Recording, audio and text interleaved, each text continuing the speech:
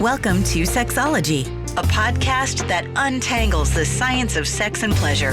And now, with this week's episode, your host, clinical psychologist, Dr. Nazanin Moali. Hello and welcome to another episode of Sexology Podcast. I'm your host, Dr. Nazanin Moali. If you are a new listener, welcome.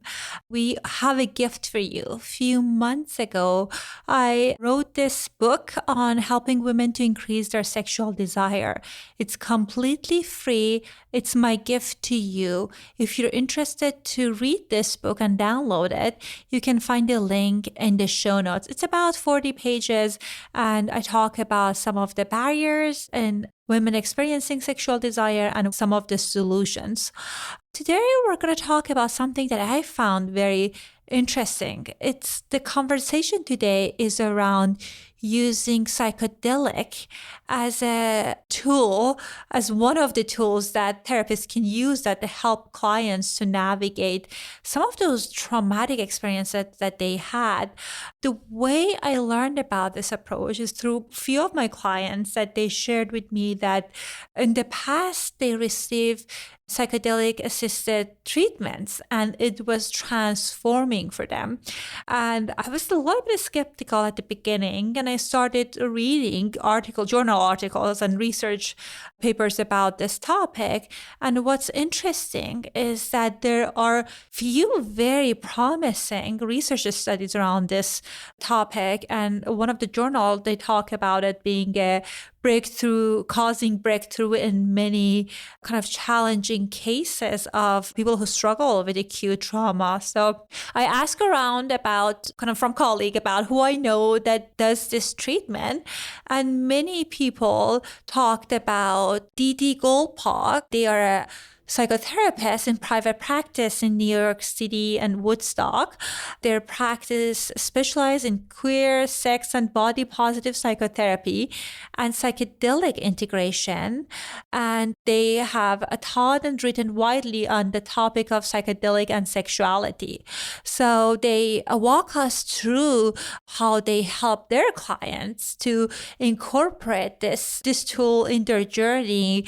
And also they talk about exploring embodied pleasure and out-of-body experiences. Because we all, I would imagine, have heard people that when they have kind of like psychedelic experiences or some kind of a out-of-body experiences with substances, they talk about at times it being healing. So Dee Dee will guide us on how they approach it in their own therapy treatment with the clients.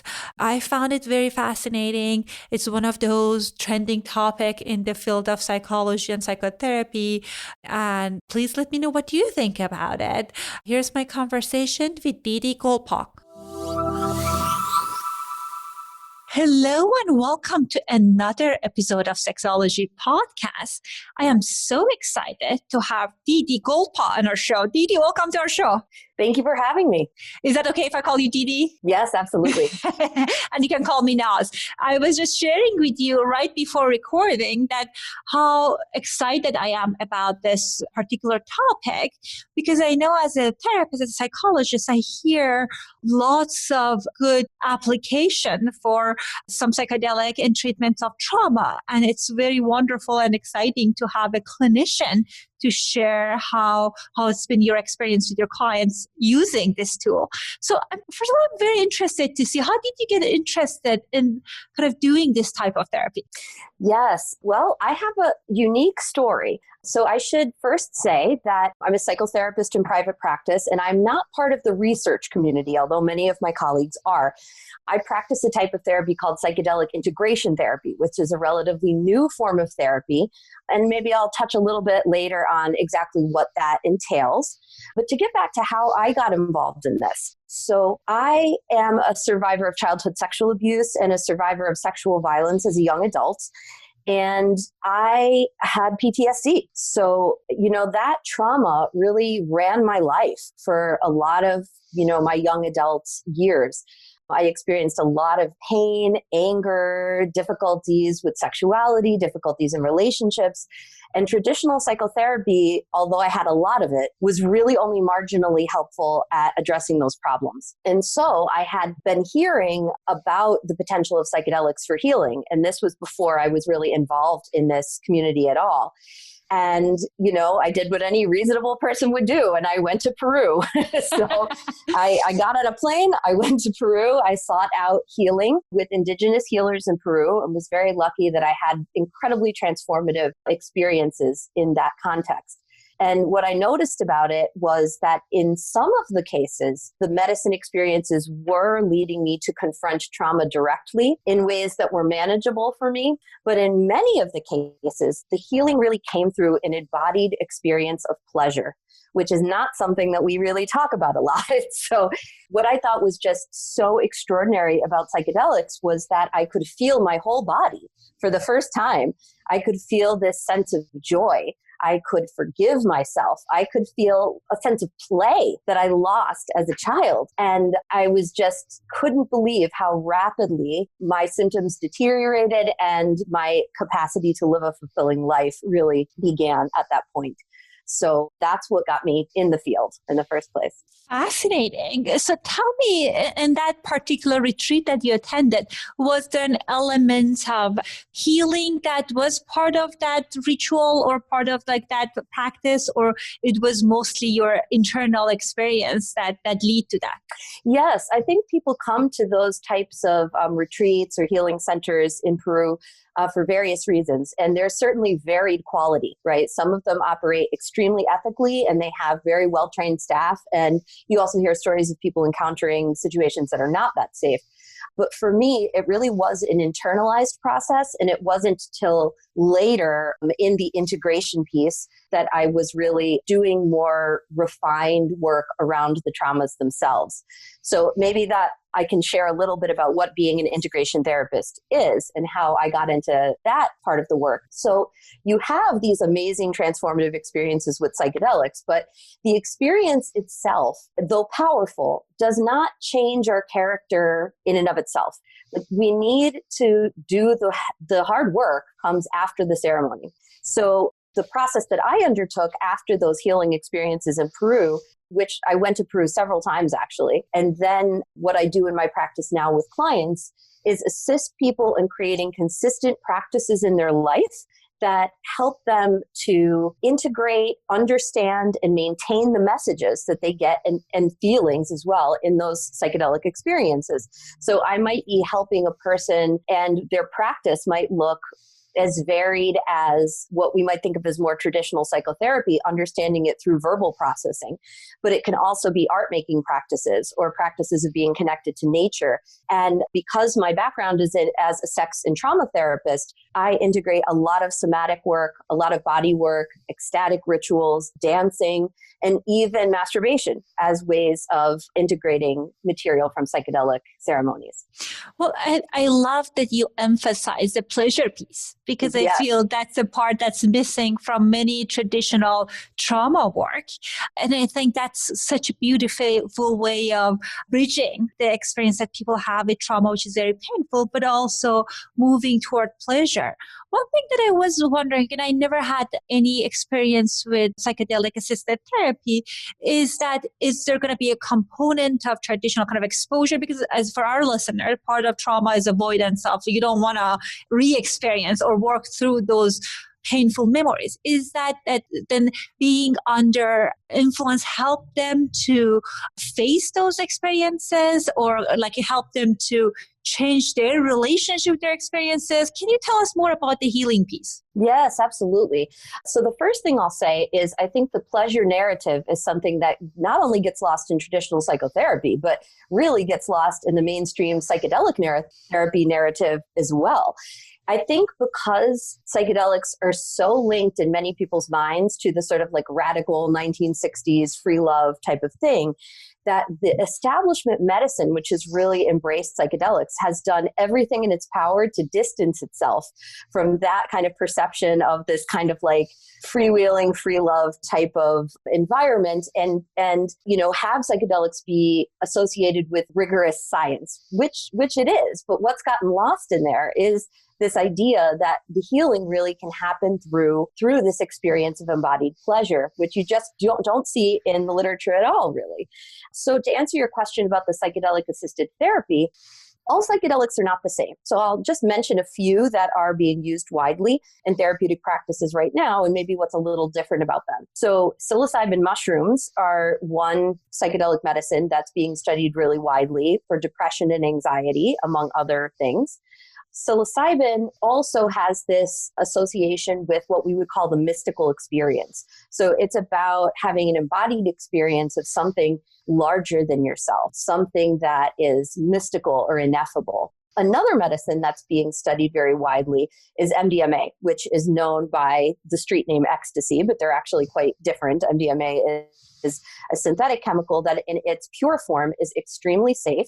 And we would think of that as more of an empathogen. It doesn't produce visual distortions, but what it does is creates a chemical reaction in the brain and body that allows the user to feel extremely positive sensations, to experience feelings of trust and bonding, and just overall feel extremely good, which enables the therapy to happen. And I'll say a bit more about that in a moment. The other substance I think is really important to mention is ayahuasca, which is sort of on everybody's tongue these days. And ayahuasca, whereas it is being studied in research contexts, particularly around depression, its use in both the underground of the United States and in traditional contexts outside of the country is probably the most important for clinicians to know about and what people encounter mostly in their life, because it's a very intense psychedelic that can produce an intense visionary experience, but it also has the capacity to work actually on the brain on a neurological level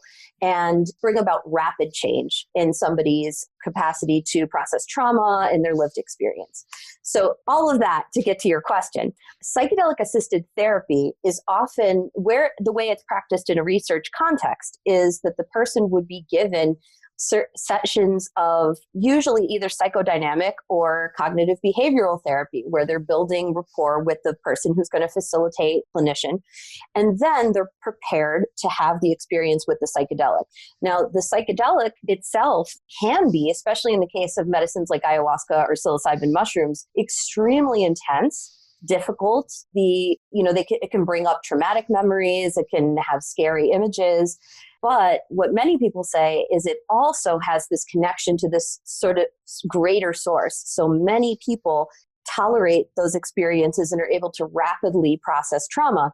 Now, in the case of MDMA, the reason that it's so singularly helpful at treating PTSD, better than any other pharmacology that, psychopharmacological medication that we have, is because it produces such a strong state of euphoria that people can tolerate the traumatic material in ways they have never been able to do before. So to me, my feeling is even if we had other kinds of therapies that were as effective as psychedelic therapy, there's no therapies that we have that are as compassionate as psychedelic therapy, because it allows people to process this material that's so difficult for them, but to do so in a way that's safe rather than exposing them and re-traumatizing them with traumatic material over and over.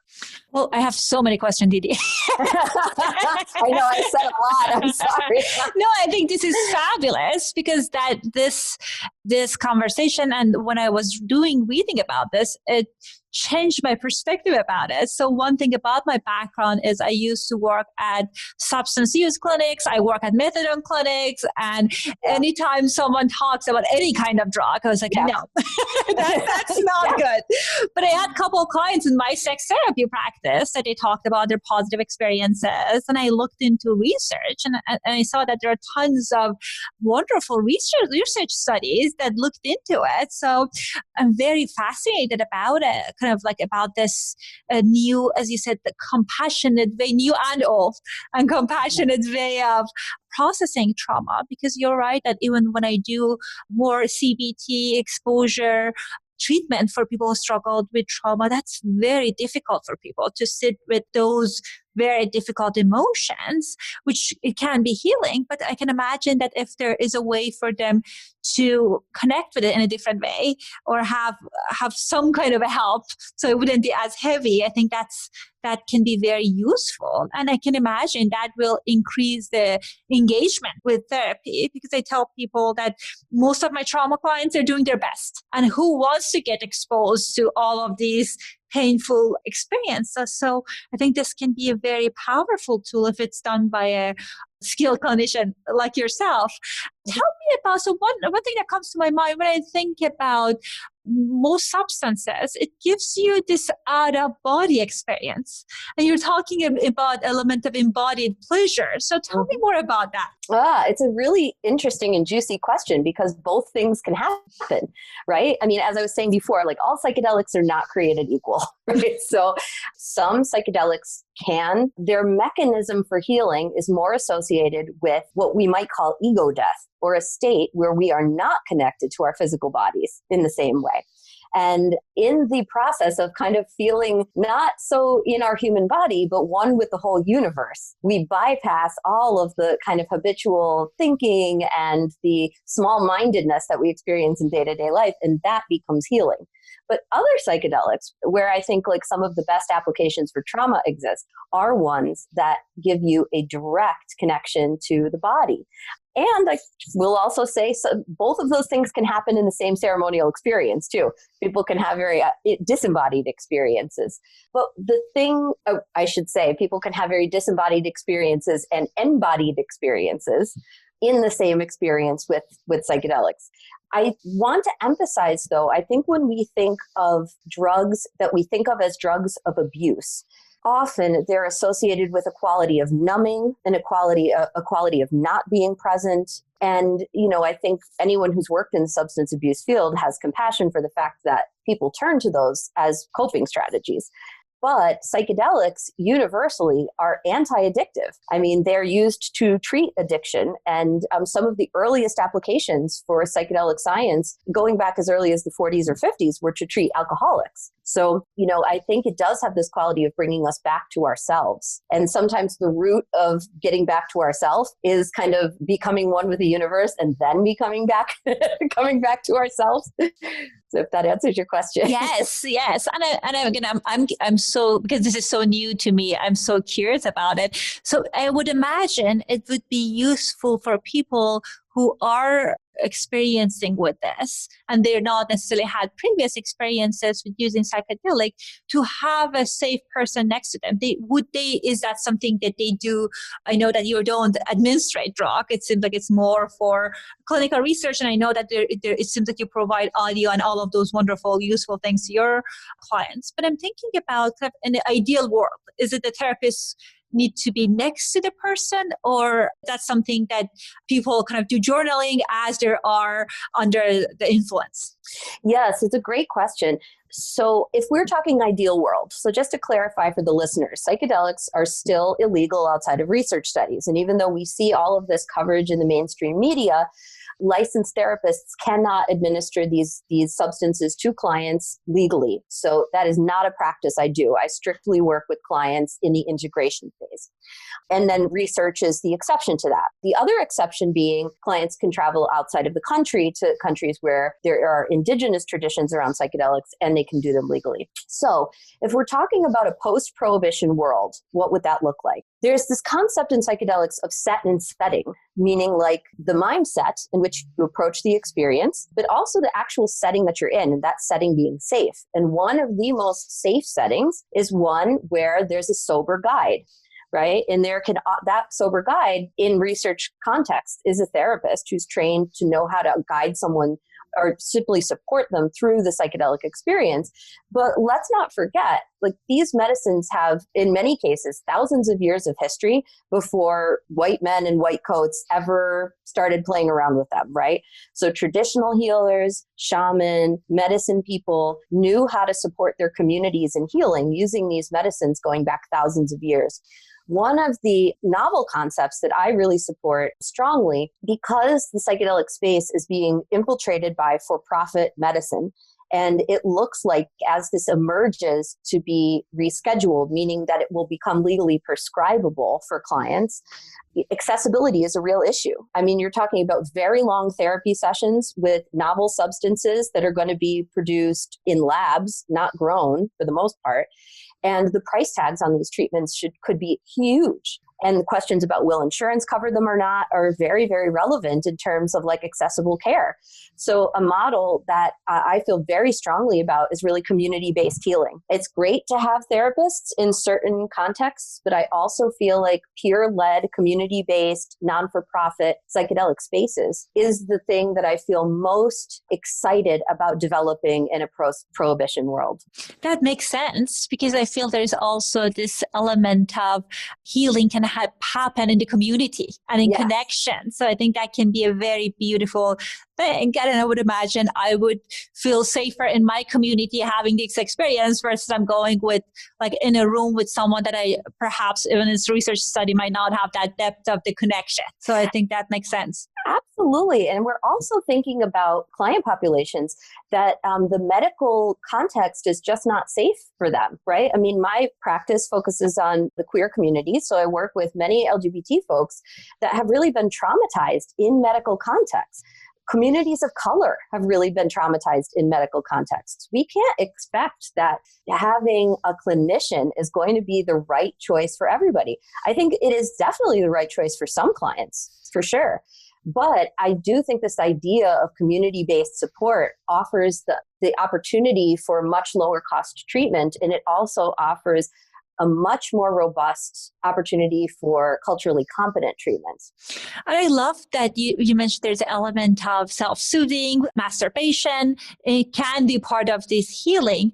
Is there, as I'm thinking about various stages of perhaps a sensate focused therapy, that like you graduate to the next level of touch, is there the part of it that clients have sex with their partner as part of these healing processes if they are doing it outside their clinical setting? Yes, absolutely. So, I mean, because I'm working exclusively with integration, all the clients who I see are coming to process after they've already had psychedelic experiences. So I use sensate focus really widely, but I'll tell you what I've done is I use modified sensate focus protocols, and I call it things like mindful touch or sacred touch, right? And I go based on the vocabulary that the client is using, so we can bring an element of spirituality back into the integration work so it feels more spiritual and less clinical. So yes, it may be a graduated process where the client is starting with self-touch and masturbation. And I've actually developed some techniques as well for clients, especially who are experiencing flashbacks during partnered intercourse. And what I've worked on with clients has been extremely successful is going back to certain embodied images in their psychedelic experience and bringing that up as a replacement for intrusive imagery during sex with their partner, because they already have this experience that is in some way ineffable. So bringing back that sacredness, bringing back something that they've already felt so connected to their body into their experiences with their partner sometimes allows them to be present with pleasure, to be grounded in their experience. And it's really quite beautiful and healing. Well, that totally makes sense. I think that's awesome. And it seems like doing resourcing in a steroid. Yeah. Because when we do resourcing, people try to come up with memories. But if that was a kind of a amplified memory like the one that people have when they use psychedelic, I think that can be also very, very powerful. Yes, that's very well put. Well, and I think it's really useful when, as you said, like people are coming to therapies to work through those flashbacks, because I can imagine that in most cases, if it's not in a contained environment, then the intensity of the flashbacks, all of those difficult emotion can be high. I would imagine that it's not something that people recommend it to do on their own without having guidance. Is this a common practice? Are there clinicians in the United States that they do the integration? Because you're the only one I was able to find. Oh, really? Well, there's quite a lot, I wouldn't say a lot, but it's definitely an emerging field of clients that do clinicians that do integration work. But there's very few of us who are working specifically around sexuality and sex therapy. So I think I have many colleagues who I think are just excellent and amazing clinicians who are well trained in trauma therapy or as general psychotherapists. But the sex therapy part of it is really quite an emerging field. So I basically know of 2 other women who are doing clinical work that's mostly focused on sex and sexual trauma. I was at this consultation group with my wonderful colleagues that they are sex therapists, and we're talking about trauma. And I was curious if any of them used psychedelic assisted therapy or heard about it. And they all said, we heard great things, but we don't know anyone who does that. So as you said, it's an emerging field that can be very promising. So for our listeners that are curious about this, where can they find more resources around this topic? Well, I think there's plenty that's being written so that there's a lot of different ways people can educate themselves. There's many books written in the past couple of years that outline the research, that talk about emerging trends in the field. I think what I see most commonly that's a source of frustration is that the therapy itself is not accessible unless you find someone who's willing to do it underground. And this prohibition creates a really difficult situation for clinicians and for clients because people want healing, right? They hear about this. It sounds amazing. Many of these clients have tried everything else, right? They can't get into the research studies. The MAPS, that's the Multidisciplinary Association of Psychedelic Studies, they did the PTSD study that is the most high profile. They had a waiting list in the tens of thousands, if I'm not mistaken. Right? People are desperate for these things. The problem is when clients go underground, a therapist is in the position of holding space for something. If they are endorsing that, the therapist has no real way of knowing that the client is going to be totally medically safe, knowing that they're going to be emotionally safe. I don't think that there's anything that we don't benefit in any way from prohibition. I think what we need is all of this to come out into the light so people can do it safely, to know that they're taking safe substances. Because the research has just shown again and again that when administered safely with pure substances in the right dose, psychedelics are extremely safe for most people. So yeah, the calls that I get every single week are people looking for me to give them psychedelics. And again and again and again, I have to turn them away. And that's definitely a hot topic within the clinical community of how do we handle people who are really just coming looking for healing. But if we were to provide that healing, we would be, violating ethical boundaries doing so. So it really creates an impossible situation. What a dilemma, because you're right that we know about efficacy of this treatment when it's provided in the right setting, with this, more importantly, with right substances. And the other piece of it is, as clinicians, there is limitations on how much participation you can have in the kind of monitoring the substance and all of that. So you're right that it's very unfortunate that we don't have facility systems to help people in an ethical way if they need access to these substances for treatment. Because you're right, trauma is one of those, in my experience, most challenging struggles that people have. And I feel like there are good evidence-based practices there, but it's not effective for everyone. And I think it's also very important to integrate the embodiment piece, especially around sex and pleasure. So I think this is a very, very good, promising pathway to help people to recover. I bet that there are many people who are interested to learn about your practice now, because it seems like you have extensive experience in doing the integration phase. So tell us more about your practice and how can people get a hold of you? Yes. Well, I have a website. It's my name, deedeegoldpaugh.com, which is spelled DeeDeeGoldpaugh. And you can look me up on the internet. I've written some articles that are out there as well. So that would be how people can find me. Excellent. So the link will be in the show notes. Thank you so much, Dee Dee, for coming on the show and sharing your expertise with us. Thank you so much for having me. I hope you found our conversation useful. I certainly learned a lot from Dee Dee about psychedelic assisted therapy and how beneficial it could be for clients who are a good candidate for this treatment. So if you are thinking about exploring this treatment further, I highly recommend you contacting Dee Dee Goldpaugh.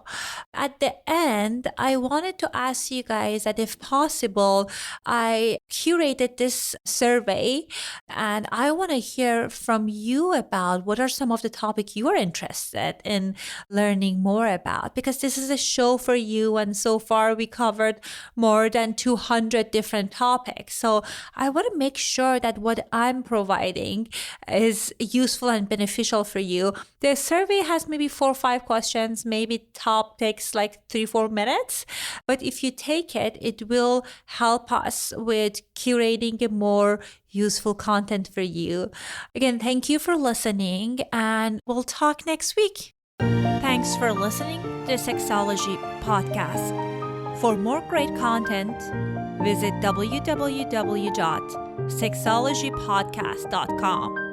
Please be advised that information presented on this podcast is not a substitute for seeking help from a licensed mental health provider.